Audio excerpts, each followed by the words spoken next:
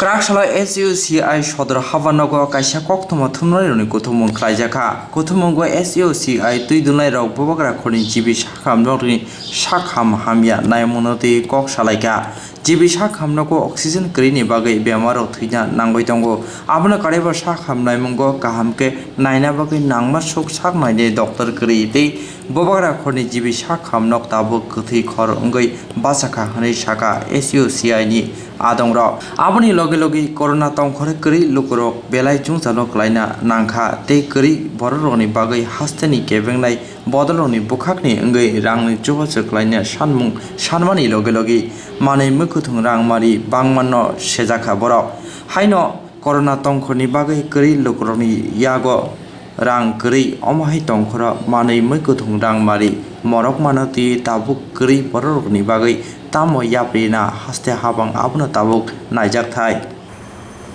যে কোভিড-19 অতিমারি সংক্রমণ প্রতিদিন বাড়ছে এবং ডেথ রেটও প্রতিদিন বাড়তেছে।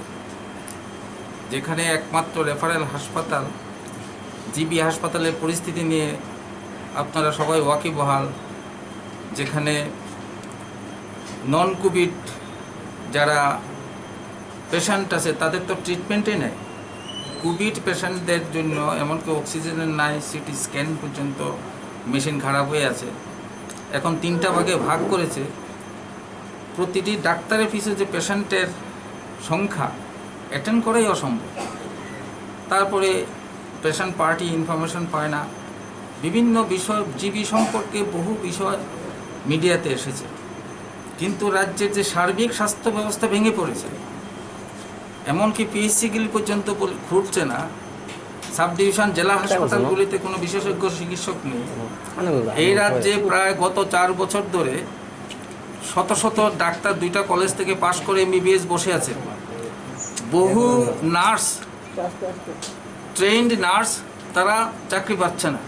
কিন্তু সরকার এই স্বাস্থ্য ব্যবস্থাকে সচল রাখার জন্য অন্তত পক্ষে আরও 500 জন ডাক্তার দরকার, কিন্তু তারা ডাক্তার রিক্রুটমেন্টের কথাই বলছে না।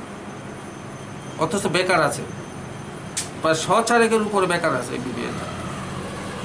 ফলে এই পরিস্থিতি এবং মানুষ এখন নন কোভিড যারা কোভিড হলেও পরেও যখন অ্যাম্বুলেন্সের শব্দ শুনে তারা ভয় আতঙ্ক হয়ে যায় যে জিবি গেলে আমরা মরে যাবো, আর ফিরে আসতে পারবো না।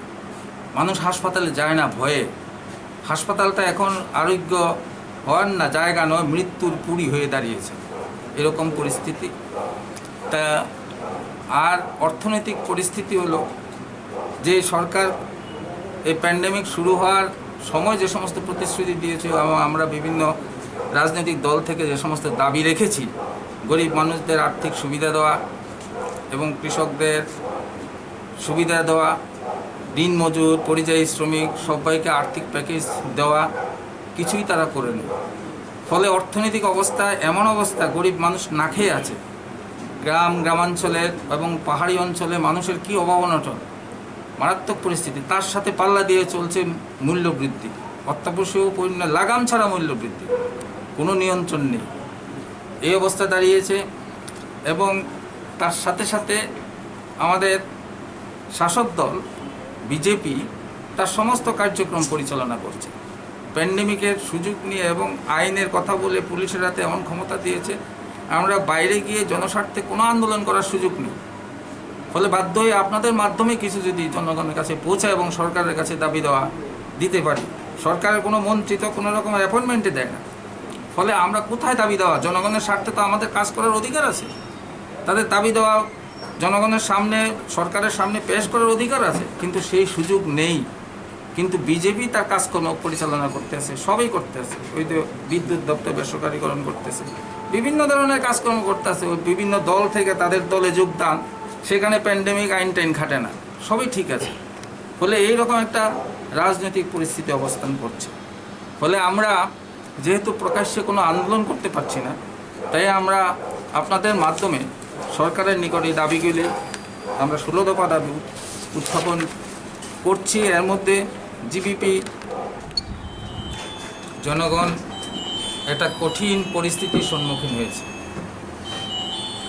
একদিকে কোভিড-19 সংক্রমণের ব্যাপকতা, সাথে সাথে রাজ্যের স্বাস্থ্য পরিষেবা এমন অবস্থায় আছে যে মানুষ এই পরিষেবার উপর বিশ্বাস হারিয়েছে। রাজ্যের অর্থনৈতিক অবস্থাও অত্যন্ত সংকটময়, রাজনৈতিক পরিস্থিতি অত্যন্ত ভয়াবহ। এই তিনটা পরিস্থিতি আপনাদের সামনে উত্থাপন করার জন্য আমরা এই সম্মেলন ডেকেছি।